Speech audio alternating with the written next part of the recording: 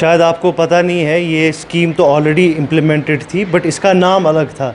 ये अब तो प्राइम मिनिस्टर्स कुछ आवास योजना है।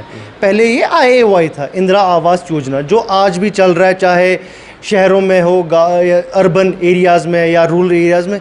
ये स्कीम तो पिछले पता नहीं कितने सालों से चल रही है। ये बेसिकली जो कॉन्सेप्ट है, ये UPA सरकार में आया है। अब इन्होंने इसका नाम चेंज किया है, तो ठीक है, नाम चेंज किया है तो इम्प्लीमेंट भी करें, बट नोवल स्कीम नहीं है ये। बहुत पहले से चल रही है, और जब उमर साहब की भी सरकार थी उस टाइम पे भी हमारे दौरे हुकूमत में भी ये सब चीज़ें होती थी।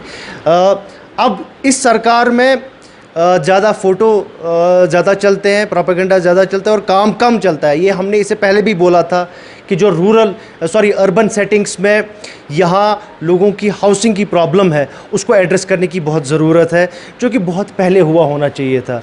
आई डोंट नो, ये डोमेन म्यूनसिपैलिटी का होना चाहिए था, इसमें LG साहब कर रहे हैं, ठीक है, अच्छी बात है, but it is not a new scheme. ये पहले भी होता था, बहुत रूरल एरियाज़ में और अर्बन एरियाज़ में ये होता रहता था।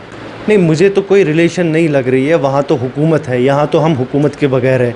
यहाँ पे कोई इलेक्टेड हुकूमत है नहीं। और दूसरी बात, जो महाराष्ट्र में हुआ, ये पूरी कंट्री को पता है कि इसके पीछे कौन है। और मुझे लगता है कि अब लोगों को भी समझ आ गया है कि ये जो सरकार है इस टाइम पे, इनकम्बेंट सरकार, ये किसी भी तरीके से कुछ जोड़ तोड़ करके इनको हुकूमत में आना है, अपोजिशन को इसी तरीके से मज़ल करना है। देखिए, ये मुझे लगता है कि डेमोक्रेटिक इंस्टीट्यूशंस को, डेमोक्रेटिक प्रिंसिपल्स को इन चीज़ों से मजबूत नहीं होते, इन चीज़ों से उस पर मुझे लगता है कि कमज़ोरी होते हैं, मजबूत नहीं होते। ये जोड़ तोड़ की सरकार फिर बनती है, तो इससे परहेज़ होना चाहिए। और जिसकी हम बात करते हैं कि मदर ऑफ़ डेमोक्रेसी की, उसको रियल मानों में फिर आपको ग्राउंड पे इम्प्लीमेंट करने की ज़रूरत है। बट ये सब चीज़ें उसके बरअक्स हो रही है।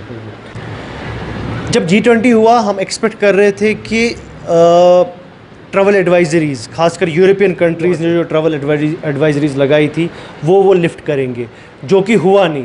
अब आप बोल रहे हैं कि ये फ़िगर है, मैंने तो ऐसा फ़िगर देखा नहीं है अभी, कोई ऑफिशियल कोई फ़िगर। ठीक है, अगर कहीं ऑफिशियल डॉक्यूमेंट में ये आ रहा है, हम उसका वेलकम करते हैं और हम एक्सपेक्ट करते हैं कि ये फ़िगर और बढ़ना चाहिए, और जो G20 का फ़ायदा कश्मीर को होना चाहिए था वो उसको मिलना चाहिए। और उसको कैसे फ़ायदा मिलेगा? ऐसे, जब यहाँ पर यूरोपियन कंट्री जिन्होंने ट्रैवल एडवाइजरीज़ यहाँ पे लगाई हैं, वो उसको लिफ्ट करेंगे, और अपने, जब तक वो एडवाइजरीज़ लिफ्ट नहीं होंगी, वहाँ के लोग जो है, मुश्किल होगा आप यहाँ पे फॉरेनर्स आए।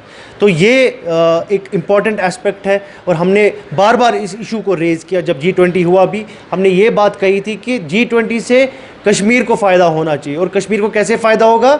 जब आप ये ट्रैवल एडवाइजरीज़ रिमूव करेंगे।